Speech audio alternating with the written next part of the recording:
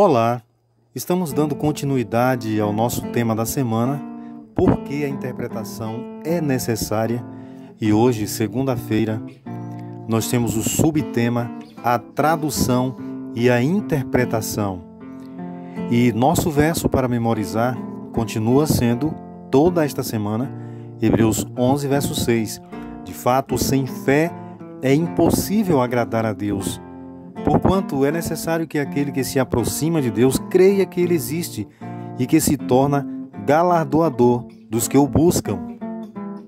Você deve estar lembrado do grande sucesso do filme A Paixão de Cristo, do Mel Gibson, e você deve ter ouvido ou assistido a entrevista do Mel Gibson dizendo que havia emitido um documento proibindo, ou pelo menos recomendando, que não fosse feita a dublagem do filme. Ele permitiu apenas uma versão legendada, mas não permitiu que o filme fosse dublado nos diversos idiomas, nos países para os quais o filme foi vendido. E isso causou muitos comentários, uma certa perplexidade nas pessoas que gostariam de assistir o filme dublado na língua do seu país.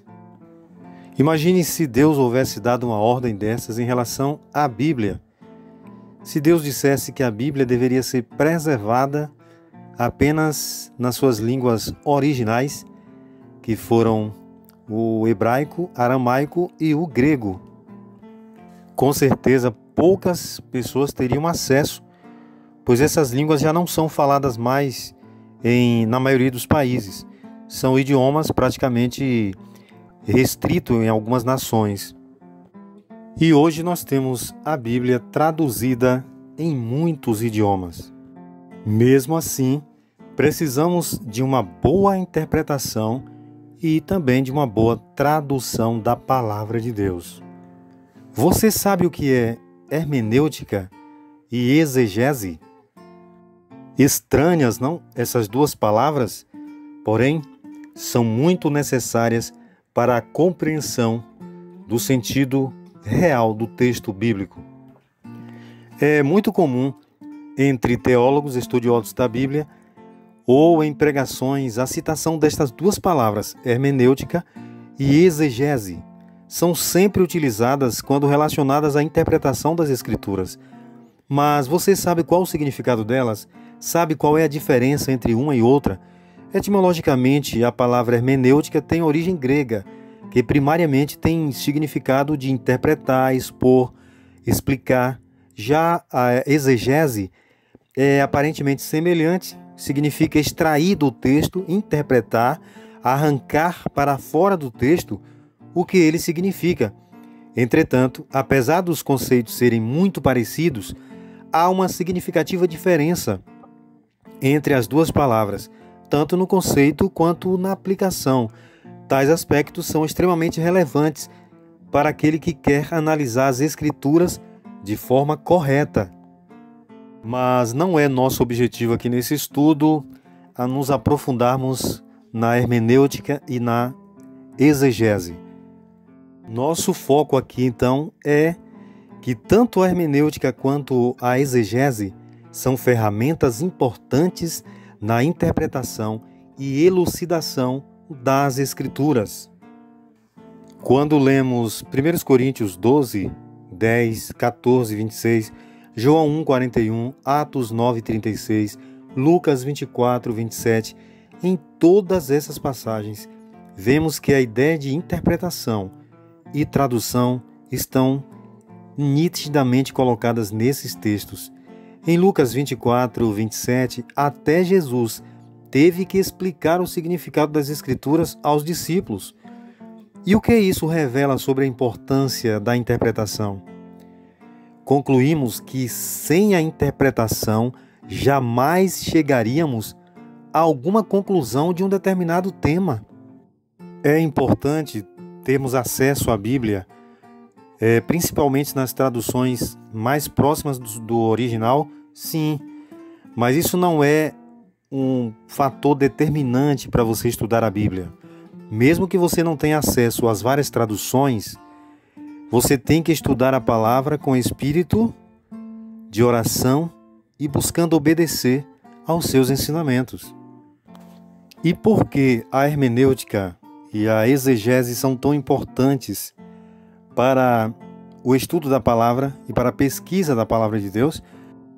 Exatamente porque a Bíblia foi escrita em línguas muito antigas. O Antigo Testamento, por exemplo, foi escrito em sua maior parte em hebraico, com algumas passagens em aramaico, enquanto o Novo Testamento foi escrito em grego. A maioria da população mundial não falam nem lê essas línguas antigas. Por isso, a Bíblia precisou ser traduzida para diferentes idiomas modernos. O ponto essencial em relação à hermenêutica é que, a menos que compreendamos as línguas originais, nosso único acesso aos textos é por meio de traduções. Felizmente, muitas traduções fazem um bom trabalho ao transmitir o significado essencial. Não precisamos conhecer a língua original para compreender verdades cruciais reveladas nas Escrituras, ainda que esse conhecimento linguístico seja benéfico. E o que fazer então diante desse conhecimento, já que não temos acesso à Bíblia na sua língua original e muitas vezes não entendemos esses idiomas, o hebraico, o aramaico, o grego? Uma boa atitude é procurar uma Bíblia mais próxima da sua linguagem original. Ouçam a opinião do especialista neste assunto. Em primeiro lugar, a melhor tradução da Bíblia depende do propósito para o qual você a deseja. Se você quer fazer uma leitura devocional, é óbvio, você pode optar por algumas traduções livres, como por exemplo, Bíblia Viva, Bíblia Mensagem, Nova Tradução na Linguagem de Hoje. Agora, se você quer estudar a Bíblia, estudar doutrinas, aí eu não recomendo nenhuma tradução livre. Eu recomendo as traduções literais. Por quê? São as que mais se aproximam do original. A tradução livre, ela tem um defeito, mas tem várias virtudes, né? Mas um defeito, ela é uma tradução interpretada. Ela apresenta, obviamente, mais os pressupostos do tradutor do que uma tradução mecânica, diríamos assim, ou literal. Então, quanto mais literal for a tradução, melhor. Quais são algumas das traduções que eu gosto muito? Vou apresentar para você. Primeiramente, eu agora estou fazendo a minha leitura bíblica na tradução ecumênica da Bíblia, a TEB. Tenho achado uma tradução de excelente nível. Vou lhe dizer o porquê. Vou lhe dar alguns exemplos. O livro de Hebreus está traduzido direitinho. O que eu quero dizer com isso? A versão Almeida, revista e atualizada, por exemplo, que eu também gosto, mas não é a minha preferência, né? Ela traduz a palavra santuário em Hebreus, várias vezes ela traduz por Santo dos Santos ou Lugar Santíssimo. E obviamente essa tradução não dá uma compreensão correta do propósito do autor de Hebreus. O propósito do autor de Hebreus não é dizer em que compartimento do santuário Cristo foi por ocasião da ascensão. O propósito do autor de Hebreus é dizer o seguinte: Cristo está no santuário celestial e por isso você tem acesso à graça de Deus, porque Ele está lá. E por isso a tradução ecumênica da Bíblia, por exemplo, ao invés de traduzir Hebreus 9:12 por Santo dos Santos, traduz assim, que Cristo entrou de uma vez por todas no santuário. Outro detalhe, a tradução ecumênica da Bíblia traduziu Lucas 23:43 direitinho. Aquele texto que diz assim: em verdade te digo, vírgula, hoje estarás comigo no paraíso. Os eruditos da tradução ecumênica da Bíblia reconheceram que a vírgula tem que existir também após a palavra hoje. Então, no original, de acordo com a interpretação, obviamente, porque no original não haviam pontuações, mas de acordo com a interpretação do todo, não é? O correto é como está na tradução ecumênica da Bíblia. Em verdade te digo, vírgula, hoje, vírgula, estarás comigo no paraíso. Cristo não estaria prometendo um paraíso naquele momento, mas no futuro, de acordo com a doutrina bíblica da ressurreição, que ocorrerá por ocasião da segunda vinda de Cristo. Então, eu tenho gostado muito da tradução ecumênica da Bíblia e eu a recomendo para quem quiser fazer um estudo bíblico bem aprofundado. Deixando de lado os livros apócrifos, obviamente, que não são inspirados, você pode aproveitar muito dessa tradução extremamente abençoada. Uma outra tradução que eu indico a você é a Nova Versão Internacional.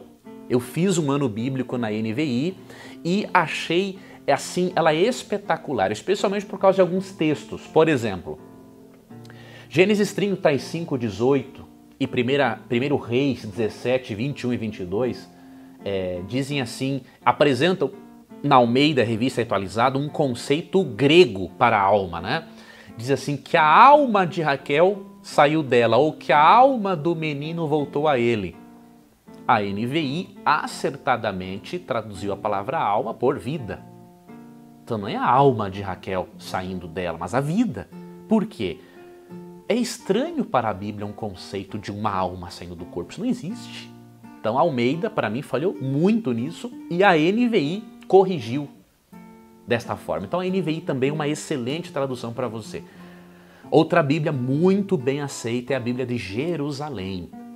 A tradução da Bíblia de Jerusalém também é excelente. Eu não gosto particularmente de muitos comentários da Bíblia de Jerusalém. São muitos comentários que não têm a ver com uma teologia bíblica propriamente dito, mas de alguns críticos textuais que veem coisas a mais do que deveriam ver. Então, tirando certos comentários, alguns são bons, outros eu não gosto, porque não estão em harmonia com a Bíblia.